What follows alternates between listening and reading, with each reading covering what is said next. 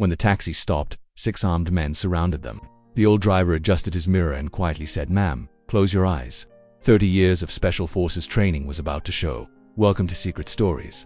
Before we continue this the story of courage, survival, and hidden heroes, tell me in the comments from which city in the world are you watching this video today.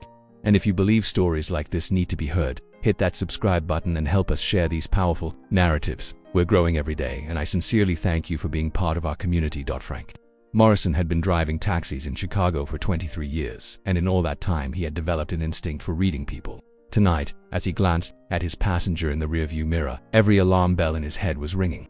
Sarah Chen sat rigidly in the back seat, her designer suit wrinkled from stress, her manicured fingers clutching a leather briefcase like her life depended on it. She kept looking over her shoulder, and Frank could see the fear in her eyes reflected in his mirror. Frank was 68 years old, with graying hair that had thinned considerably over the past decade and shoulders that had developed a slight stoop from years of hunching over a steering wheel. To anyone who bothered to look, which most people didn't, he appeared to be exactly what he was, a tired old taxi driver counting down the years until retirement. His yellow cab had seen better days, with worn vinyl seats and a radio that crackled with static, but it was clean and reliable, just like Frank himself. He knew every street, every shortcut, every dead end in the city, and he prided himself on getting his passengers safely to their destinations without fuss or conversation.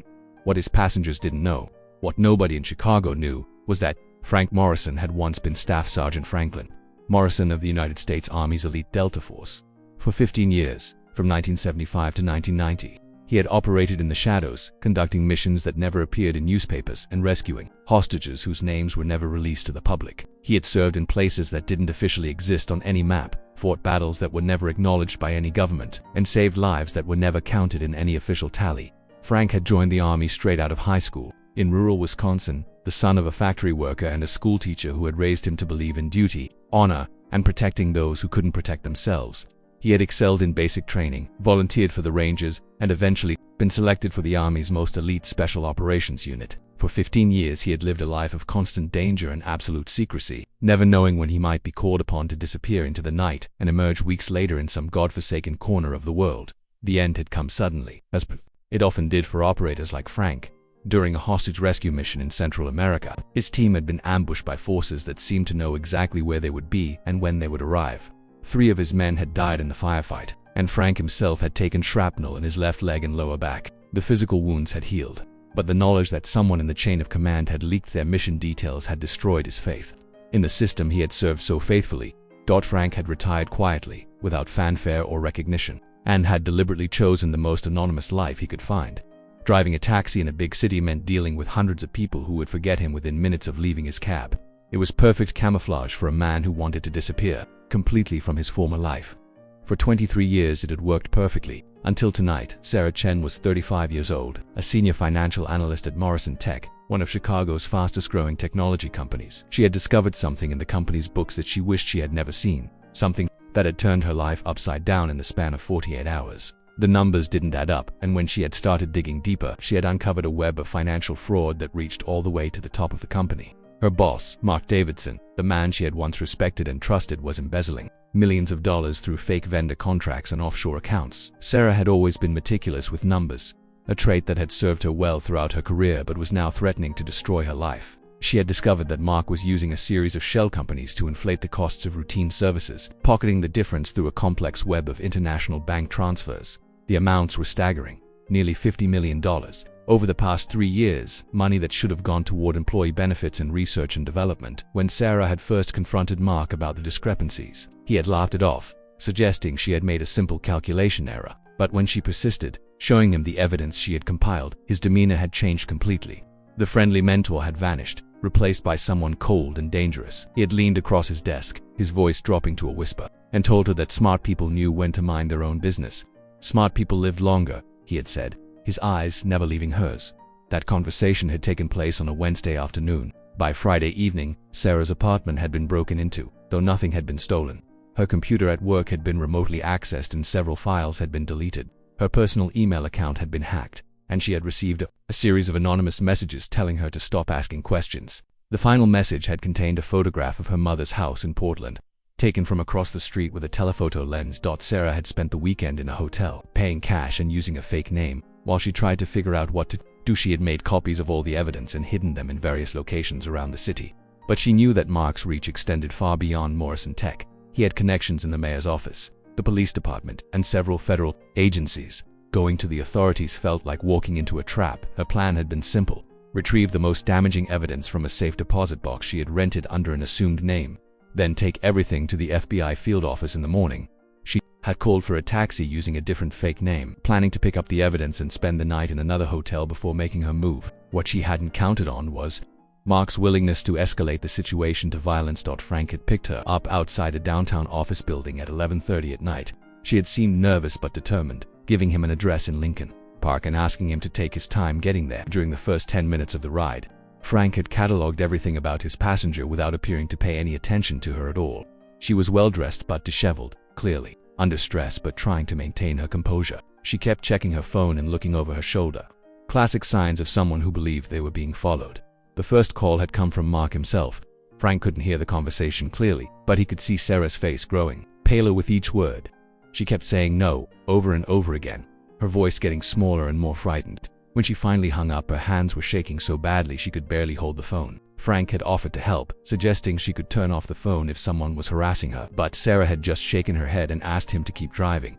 The second call had come 10 minutes later, this time from a number she didn't recognize. Frank could hear this conversation more clearly, and what he heard made his blood run cold. The voice on the other end was not Mark's, but someone else, someone who spoke in the flat, emotionless tone that Frank recognized from his previous life. The caller had told Sarah that she had 30 minutes to return to her apartment and destroy all the evidence she had gathered, or there would be consequences for her and her family. When Sarah had protested that she didn't have any family, the voice had mentioned her elderly mother in Portland, Oregon, describing the house where she lived and the route she took for her daily walks. The caller knew about the small garden where her mother grew tomatoes, the coffee shop where she read the newspaper every morning, and the physical therapy appointment she had every Tuesday for her arthritis.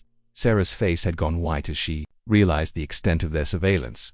Frank had been watching Sarah's reflection in his mirror throughout this conversation, and he had seen something break inside her. The fear in her eyes had been replaced by a kind of desperate determination. She was going to fight back, but she had no idea what she was up against. Frank, on the other hand, had a very good idea indeed. As they drove through the quietest streets of Lincoln Park, Frank began to notice things that his passengers never would have picked up on. The same gray sedan had been following them for the past 15 minutes, maintaining a careful distance but never falling more than 2 blocks behind. The driver was good, professional, but Frank had been trained by the best, and he knew surveillance. When he saw it, he also noticed that there were at least 2 people in the sedan, possibly more, and the way they moved suggested they were armed and trained. Frank made a series of seemingly random turns, testing his theory: left on Sheffield, right on Fullerton, another left on Halstead. The sedan stayed with them, never getting close. The training never really left you, Frank reflected as he navigated the increasingly empty streets.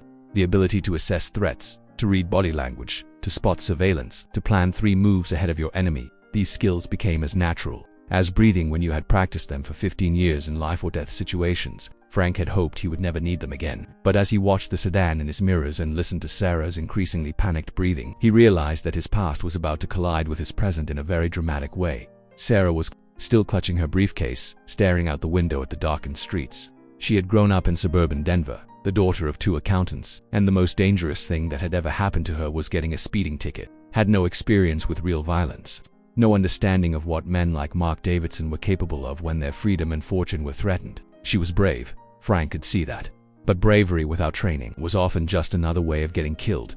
Frank reached under his seat and felt for the small metal box he had bolted to the frame of his taxi 20 years ago. Inside was a Glock 19 pistol, 2 extra magazines, and a combat knife, all wrapped in oiled cloth and sealed in plastic. He had hoped he would never need to open that box, but he had learned long ago that hope was not a strategy. The weapons were clean, untraceable, and properly maintained, just as his training had taught him. The sedan was getting closer now, and Frank could see that there were indeed 4 men inside, all wearing dark clothing and moving with the kind of coordinated precision that spoke of military or police training. They were probably private contractors, the kind of men that people like Mark Davidson hired when they needed problems to disappear quietly. Frank had worked with men like these during his Delta Force days, and he knew they would be well-trained and completely ruthless. Frank's mind began running through tactical scenarios. Just as it had been trained to do, the sedan would probably try to box him in at the next traffic light or force him into an isolated area where they could conduct their business without witnesses. The men would be carrying automatic weapons, probably suppressed, and they would have night vision equipment and body armor. They would expect to be dealing with a frightened accountant and an elderly taxi driver, two soft targets who would surrender without a fight. They were about to learn that their intelligence was incomplete. Sarah's phone rang again, and this time, she didn't answer it. The device buzzed insistently on the seat beside her, its screen lighting up the interior of the cab with an eerie blue glow. Frank could see that she was crying now, tears streaming down her face as the full weight of the situation finally hit her. She was alone, hunted, and completely out of her depth. "Ma'am," Frank said quietly, his voice cutting through her panic like a knife. "I need you to listen to me very carefully.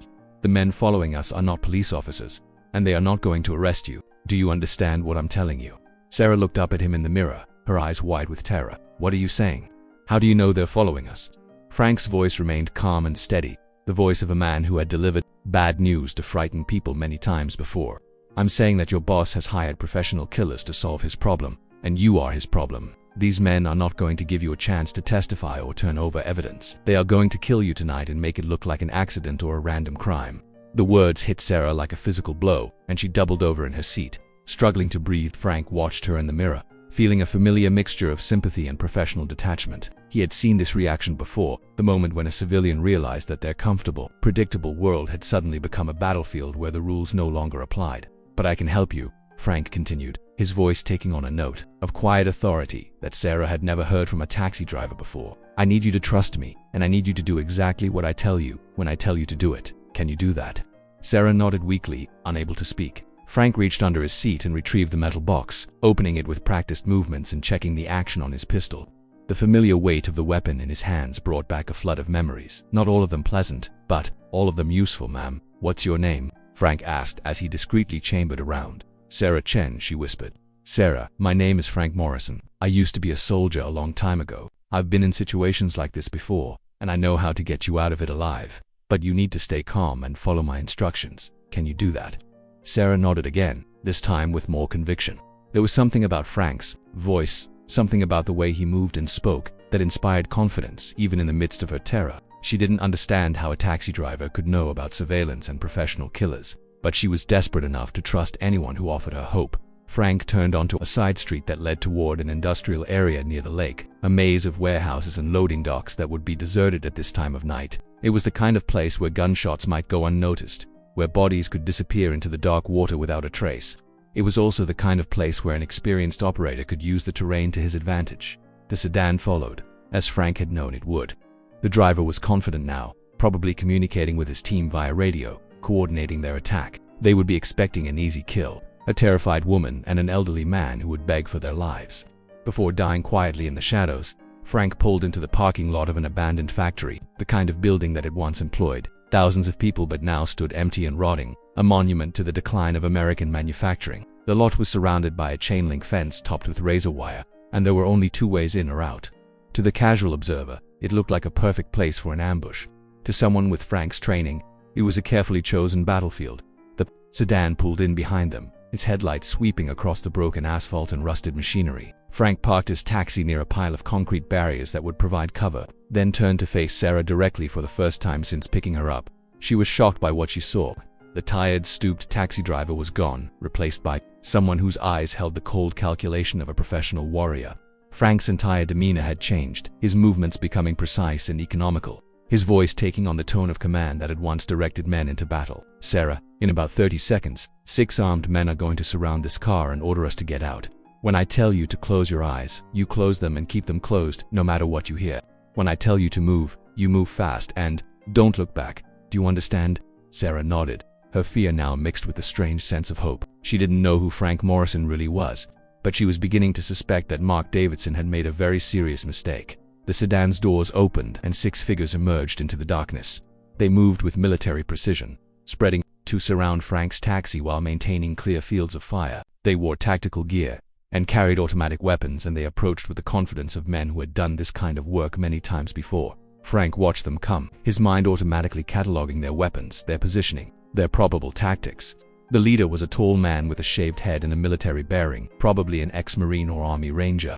The others were younger, hungrier, the kind of men who killed for money and slept well afterward. Frank adjusted his rearview mirror one final time and spoke to Sarah without taking his eyes off the approaching men. "Ma'am, close your eyes." The last words the leader heard before Frank Morrison reminded Chicago why some men never really retire from war were quiet and calm. 30 years of Special Forces training was about to show when the shooting stopped. 3 minutes later, 6 professional killers lay unconscious or wounded in the parking lot. Their weapons scattered and useless. Sarah Chen was safe, and Frank Morrison was once again just a tired old taxi driver who wanted nothing more than to get his passenger home safely. But for 3 minutes in that abandoned parking lot, he had been something else entirely. Something that Mark Davidson and his hired killers had never encountered before. Something that reminded them all that some skills are never forgotten, and some men are never as helpless as they appear. Some stories end with justice, some with revenge, and some with the quiet satisfaction of a job well done. This story ends with a taxi driver taking his passenger home, but it begins with the truth that heroes walk among us every day, hidden in plain sight, waiting for the moment when ordinary people need extraordinary help. Thank you for watching Secret Stories. If this story moved you, hit that subscribe button and help us share these powerful narratives about the hidden heroes who shape our world. And remember, you never know who might be sitting behind the wheel of the next taxi you take. Sometimes the most ordinary people are anything but ordinary.